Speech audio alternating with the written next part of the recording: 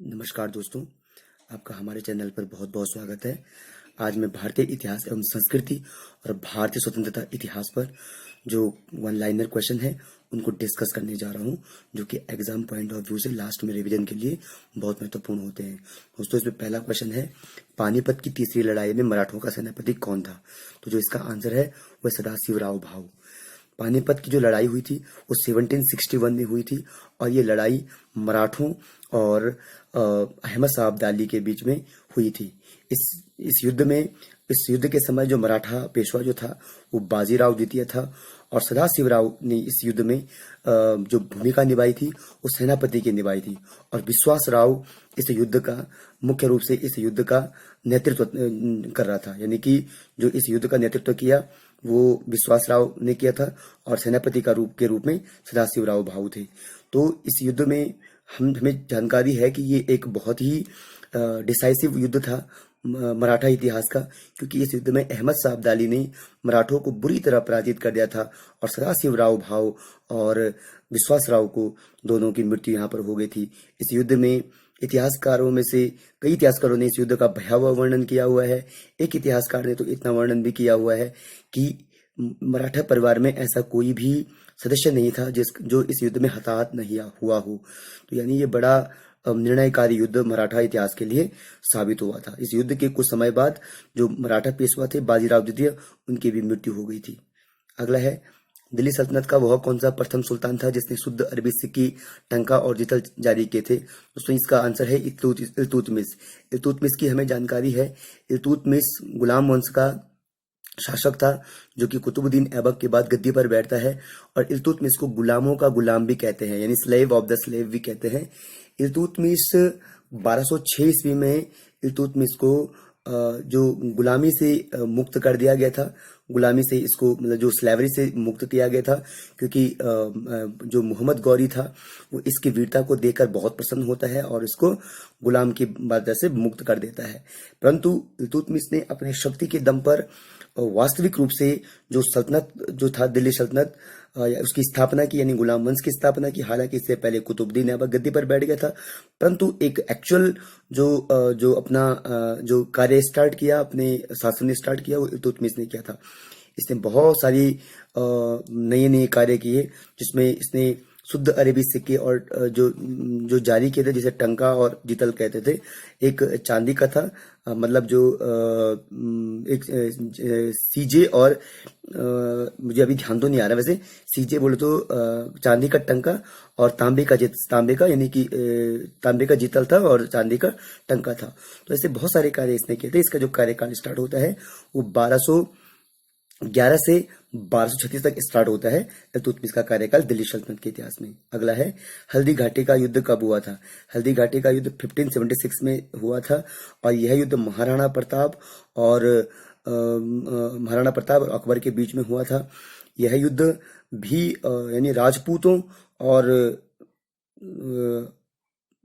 मुगलों के बीच में हुआ था और इस युद्ध में हमें जहां तक जानकारी है कि इस युद्ध में महाराणा प्रताप की हार हुई थी, परंतु उन्होंने इस युद्ध में पूर्ण रूपेण क्या किया था, इस युद्ध का सामना किया था और बाद में इसी युद्ध के बाद जब वो इसी युद्ध में उन्होंने अपनी आन बान शान की रक्षा करते हुए मुगलों के आधिपत्य को स्वीकार नहीं किया और फिर वो जंगलों में चले गए थे और वहां पर उन्होंने घास की रोटी खाई, परंतु वो मुगल शासन के अंडर कभी नहीं आए। तो ये हल्दी घाटी का युद्ध भी बहुत निर्णायकारी युद्ध भारतीय इतिहास का रहा है। साइमन कमीशन का वह कौन सा सदस्य था जो बाद में ब्रिटेन का प्रधानमंत्री बना? एक क्लेमेंट एटली है। क्लेमेंट एटली बाद में प्रधानमंत्री बनते हैं लेबर पार्टी से और इन्होंने ही घोषणा की थी कि हम भारत को स्वतंत्र कर देंगे। हम 1948 तक इंडिया को स्वतंत्र करने के जो एक निर्णय लिया था वो क्लेमेंट एटली ने लिया था। परंतु क्लेमेंट एटली प्रधानमंत्री बनने से पहले साइमन कमीशन के सदस्य थे। साइमन कमीशन 1927 में नियुक्त हुआ था और 1928 में ये भारत पहुंचा था। दोस्तों, साइमन कमीशन का जो मुख्य कार्य था वो भारत के संवैधानिक जो रूपरेखा थी उसका कार्य करना था, परंतु इसका भारत में व्यापक विरोध जो हुआ वो इसलिए हुआ क्योंकि इसमें जितने भी मेंबर्स थे, जो सदस्य थे, वो सारे क्या थे? यूरोपियन थे। 1919 के जो पिट्स इंडिया एक्ट था 1919 का, जो भारत शासन अधिनियम था, उसमें कहा गया था कि साइमन कमीशन एक कमीशन हम 10 साल के में नियुक्त करेंगे जो कि भारत की संवैधानिक रूपरेखा को तैयार करेगा, लेकिन वो समय से पहले आ गया था और इसमें बहुत सारी खामियां थी। नेक्स्ट है, किस राजवंश के दौरान महाबलीपुरम के मंदिर स्थापित हुए थे? पल्लव राजवंश के दौरान। इसका आंसर है पल्लव राजवंश के दौरान महाबलीपुरम के मंदिर स्थापित हुए थे। महाबलीपुरम दक्षिण भारत की महत्वपूर्ण मंदिरों में से एक है। बहुत बड़ी स्थापत्य कला का यहाँ पर उदाहरण मिलता है। और सबसे बड़ी जानकारी जो हमें यहाँ पे देखने को मिलती है कि जो द्रविड़ स्थापत्य कला जो स्थापित हुई थी वो पल्लवों के राजकाल में ही हुई थी। पल्लव राजवंश दक्षिण भारत की सबसे महत्वपूर्ण राजवंशों में से एक है। यानी जो चोल जो आए थे वो पल्लवों के बाद ही आए थे, और चोलों का जो प्रशासन था वो ग्रामीण प्रशासन के लिए जाने जाते थे, लेकिन पल्लवों ने स्थापत्य कला में अपने आप को बहुत मजबूती से स्थापित किया। नेक्स्ट है, दीघ निकाय किस पिटक का खंड है? इसकी है सूत्र पिटक का खंड। दोस्तों सबसे बड़ी चीज क्या है? सूत्र पिटक, विनय पिटक और अभिधम्य पिटक, ये तीनों पिटक जो है त्रिपिटक बौद्ध धर्म से संबंधित है। तो सूत्र पिटक जो है पहला पिटक है। सूत्र पिटक में बौद्ध भिक्षुओं का इसमें महावीर स्वामी के जो आपके गौतम बुद्ध के जो फिलॉसफी है, जो उनका उपदेश है, उसका इसमें वर्णन है। और विनय पिटक में जो है वो बौद्ध भिक्षुओं के लिए जो नियम बनाए गए हैं, और अरिदम पिटक में वो बौद्ध फिलॉसफी है। और शुद्ध पिटक में जो मुख्य रूप से है वो गौतम बुद्ध के जो दिए गए उपदेश है उनका एक संग्रह है। दीघ निकाय इस पिटक का खंड है। और इन पिटकों के भी अलग अलग खंड है। दीघ निकाय, सुतक निकाय, अलग अलग निकाय इसमें है। तो ये बहुत डेप्थ पार्ट है हमारी जो मेडिकल हिस्ट्री है, जिसमें कल्चरल पार्ट जो है। अगला है, बनवाली एवं कालीबंगा में सैंधव संस्कृति के किन दो अवस्थाओं का अवशेष मिले हैं? ये हड़प्पा पूर्व एवं हड़प्पा कालीन संस्कृति के इसमें अवशेष मिले हैं। बनवाली और कालीबंगा जो है वो हड़प्पा काल के महत्वपूर्ण जो स्थल है। कालीबंगा जो है ये राजस्थान में है और बनवाली हरियाणा में है। कालीबंगा में जुते हुए खेत के साक्ष्य मिले हैं और बनवाली में कृषि और तमाम चीजों के इसमें साक्ष्य मिले हैं। और ये हड़प्पा और पूर्व और हड़प्पा कालीन संस्कृति के यहाँ पर अवशेष मिला। यानी हड़प्पा से पहले से की जो संस्कृति है और हड़प्पा के बाद की संस्कृति है, ये दोनों बनवाली और कालीबंगा में मिले हैं, जो कि बहुत महत्वपूर्ण है। अगला है, यवनिका किसके प्रयोग के लिए किए जाने वाला यूनानी शब्द है? यह संस्कृति के नाटकों में पटाक्षेप के लिए इसे कहते हैं यवनिका के लिए। पाटलिपुत्र का पतन एवं कन्नौज का उत्थान गुप्त काल के किस चरण में हुआ था? ये अंतिम चरण में हुआ था। देखो पाटलिपुत्र, हमें जहां तक पता है, हमने जो इतिहास पढ़ा है, पाटलिपुत्र जो था मगध की राजधानी थी। पाटलिपुत्र वर्तमान में पटना का नाम है। और ये गुप्त काल तक क्या रहा? मौर्यों की आपकी जो मुख्य राजधानी रहा आपके जो मगध की। लेकिन बाद में क्या हो गया था? पाटलिपुत्र का पतन हो गया था और फिर क्या होता है? कन्नौज के लिए युद्ध होता है। हमें इसमें पढ़ा भी है जो त्रिपाटिया युद्ध हुआ था, यानी कि जिसे त्रिपक्षीय युद्ध कहते हैं, पाल, गुर्जर प्रतिहार और राष्ट्रकूटों के बीच में, वो कन्नौज के लिए हुआ था। ये युद्ध इसलिए हुआ था क्योंकि जो अब आने वाले जो समय के राजा थे उनका ध्यान पाटलिपुत्र से हटके कन्नौज की ओर चला गया था। यानी कन्नौज एक एमर्जिंग कैपिटल के रूप में आ गई थी, यानी एक उभरती हुई राजधानी के रूप में स्थापित हो गई थी। और ये बहुत, इसके लिए तो बहुत बड़े बड़े युद्ध भी हुए थे, जिसे हम त्रिपक्षीय युद्ध के रूप में पढ़ते हैं। बाद में ये बहुत सारे राजाओं की राजधानी भी रही थी। कुतुबुद्दीन ऐबक का लोकप्रिय उपनाम क्या था? यह लाख बख्श। कुतुबुद्दीन ऐबक को लाख बख्श के नाम से जानते थे। कुतुबुद्दीन ऐबक, जैसा कि हमें पता है, 1206 ईस्वी में दिल्ली सल्तनत की स्थापना करता है और ये मोहम्मद गौरी का गुलाम था। और इसने बहुत सारे कार्य किए, जैसे 2.5 दिन का झोपड़ा बनाया, कुतुब मीनार की नींव डाली, है ना। तो लाख बख्श का इसे कहते हैं क्योंकि ये लाखों में दान करता था।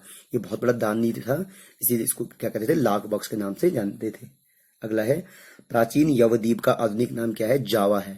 दोस्तों जो ये जावा है ये आज इंडोनेशिया और सुमात्रा की तरफ है आपका, दक्षिण एशिया में है आपका। और इसमें हम ये देखेंगे कि जावा में भी भारतीय राजाओं की क्या थे, हमारे शासकों के यहाँ पर, दक्षिण भारत के शासकों के यहाँ पे इसका अधिकार क्षेत्र था, जिसमें चोल बहुत बड़ा वो माना जाता है। तो जावा में ही, इसी क्षेत्र में आप देखेंगे कंबोडिया की तरफ या जावा की तरफ ही अंकोर वाट का विष्णु मंदिर स्थित है। और यहाँ तक चोलों की क्या थी? राजधानी थी, सॉरी, चोलों का क्या था? अधिकार क्षेत्र था। अगला है, दक्षिण के अलवार तथा नयनार क्रमशः किस देवता के उपासक थे? तो विष्णु तथा शिव के थे, यानी कि अलवार विष्णु के थे और नयनार शिव के थे। ये अपने आप में जब भक्ति आंदोलन जब शुरू होता है तो भक्ति आंदोलन का सबसे बड़े जो हम यहाँ पढ़ना स्टार्ट करते हैं भक्ति आंदोलन को, तो अलवार और नयनार के रूप में पढ़ते हैं। और ये तत्कालीन समय में धार्मिक क्रांति के बहुत मध्यकाल में बहुत बड़े वो माने जाते हैं। इनके जो संत हुए, इन्होंने बहुत बड़ा संदेश आम जन को दिया और इन्होंने जो पुरानी प्रणाली थी, जो रूढ़िवादी था, आडंबरवाद, उस पर प्रत्यक्ष टिप्पणी की और अपने अपने देवताओं को इन्होंने क्या किया, प्रकाशित किया। किसी ने विष्णु को की पूजा की तो किसी ने शिव की पूजा की। अब इसमें अगला है राष्ट्रीय स्वतंत्रता आंदोलन। किस क्रांतिकारी ने कैदियों के लिए अच्छी सुविधाओं की मांग करते हुए 64 दिनों के उपवास के पश्चात दम तोड़ दिया था? जतिन दास। ये स्वतंत्रता आंदोलन में बहुत महत्वपूर्ण स्थान रखता है। इन पे फिल्म भी बनी हुई है, Bhagat Singh the legend of Bhagat Singh में हम देखते हैं जतिन दास ने क्या किया था, 64 दिनों के बाद उपवास के बाद दम तोड़ दिया था। अगला है पूना के अंग्रेज अधिकारी रैंड की हत्या का जिम्मेदार कौन था? चापेकर बंधु। चापेकर बंधु बहुत ही दोनों भाई थे ये, और बहुत ही कम उम्र में इनको क्या हो गई थी, फांसी हो गई थी। चापेकर बंधु ने जो अंग्रेज अधिकारी थे, रैंड पूना के अंग्रेज अधिकारी थे, उनकी हत्या कर दी थी और इनको फांसी हो गई थी। इंडिया हाउस की स्थापना किसने की थी? इंडिया हाउस की स्थापना श्यामजी कृष्ण वर्मा ने की थी। श्यामजी कृष्ण वर्मा का भारतीय स्वतंत्रता इतिहास में और उससे पहले उनका बहुत बड़ा रोल रहा है। आज इनके नाम पर जो प्रेजेंट गवर्नमेंट है, यूनियन गवर्नमेंट, वो बहुत सारी योजनाएं स्टार्ट कर रही है, बहुत सारी चीजें मतलब प्लेस इनके नाम पे रखे जा रहे हैं। यानी इनका बहुत बड़ा, यानी विदेश में रहकर भी इन्होंने भारतीय स्वतंत्रता इतिहास को एक बहुत बड़ी गति देने में महत्वपूर्ण भूमिका निभाई। सूर्य सेन किस संगठन से संबंधित थे? इंडियन रिपब्लिकन आर्मी से। देखो यहाँ पे सबसे बड़ी बात है, जो सूर्य सेन 1930 में जो चटगांव आर्मरी केस हुआ था, इन चटगांव शस्त्रागार जो मामला था, उसमें सूर्य सेन महत्वपूर्ण मतलब मानी गई है, क्योंकि इसमें इन्होंने क्या किया था, एक बहुत बड़ा शस्त्रागार पे, अंग्रेज शस्त्रागार पे हमला कर दिया था। अगला है आजाद हिंद फौज के किन किन नेताओं पर लाल किले में मुकदमा चलाया गया था? शाहनवाज खां, गुरुबख्श सिंह ढिल्लन और प्रेम सहगल। दोस्तों आपको पता होगा कि आजाद हिंद फौज की स्थापना रास बिहारी बोस और मोहन सिंह ने स्थापित की थी। आजाद हिंद फौज को बाद में इसको सुभाष चंद्र बोस ने सिंगापुर में नए तरीके से इसको स्थापित किया था। और जो ये आजाद हिंद फौज थी, इसने आजादी के रूप में बहुत महत्वपूर्ण कार्य किया। और दिल्ली चलो का नारा जो सुभाष चंद्र बोस जी ने दिया था, वो सिंगापुर से ही दिया था। बाद में अंग्रेजों ने क्या किया कि इस फोर्स को भंग करने के लिए इसके अधिकारियों पर क्या कर दिया था, जब सुभाष चंद्र बोस की मृत्यु हो गई थी तो इनके जो अधिकारी थे उन पर मुकदमा चलाया गया था। तो शाहनवाज खां, गुरुबख्श सिंह ढिल्लन, प्रेम सहगल इसमें प्रमुख थे। बाद में क्या हुआ था, जो भारतीय जो कानूनविद थे, जैसे जवाहरलाल नेहरू हो गए, आपके बड़े बड़े जो वो थे आपके भीकाजी कामा हो गए, ऐसे इन लोगों ने क्या किया था कि इसमें इनका केस बाद में लड़ा था इसमें इन्होंने।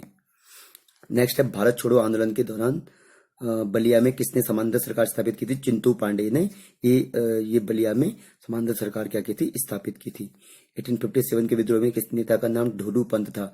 नाना साहब का। 1857 में यहाँ के हमें पता है कानपुर से इन लोगों ने क्या किया था, इन्होंने क्या किया था, स्वतंत्रता आंदोलन को नेतृत्व दिया था और इनका नाम जो था वो ढोडू पंत था। नाना साहब का बहुत महत्वपूर्ण योगदान 1857 की क्रांति में रहा है। बहादुर शाह सेकंड को किसने गिरफ्तार किया था? हडसन ने बहादुर शाह सेकंड को गिरफ्तार किया था। बहादुर शाह सेकंड जो था वो 1857 की क्रांति को दिल्ली से नेतृत्व प्रदान कर रहे थे। और बहादुर शाह द्वितीय जो था, ये अंतिम मुगल शासक था। इन्होंने दिल्ली से क्या किया था, इसको नेतृत्व प्रदान किया था। बाद में इनको दिल्ली से निर्वासित करके म्यांमार यानी रंगून भेज दिया था और वहीं पर इनकी मृत्यु हुई थी। और इनकी कब्र पर अंग्रेजों ने लिखा था, ये भारत का एक ऐसा बादशाह है जिसको अपने मुल्क की मिट्टी भी नसीब नहीं हुई है। अगला है 1857 के विद्रोह को भारत का प्रथम स्वतंत्रता संग्राम किस इतिहासकार ने कहा था? तो वी डी सावरकर ने। ये बहुत बार पूछा जाता है कि who called the first war of Indian independence to 1857 revolt? तो वी डी सावरकर ने किताब भी लिखी थी, revolt of first war of Indian independence, इसीलिए इसको इस प्रकार से जाना जाता है। कलकत्ता में हिंदू कॉलेज और वेदांत कॉलेज की स्थापना किसने की थी? राजा राम मोहन राय ने इसकी स्थापना की थी। राजा राम मोहन राय आधुनिक भारत के जो पुनर्जागरण काल के जो महत्वपूर्ण जो फाउंडर थे, वो इन्हीं को माना जाता है।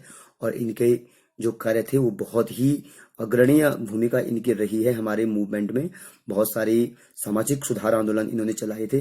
तो इनके जैसे आपके सती प्रथा का अंत हो गया, इसके द्वारा इन्होंने बहुत बड़ी एक कुप्रथा को क्या था अपने प्रयासों से समाप्त करने में महत्वपूर्ण भूमिका निभाई थी।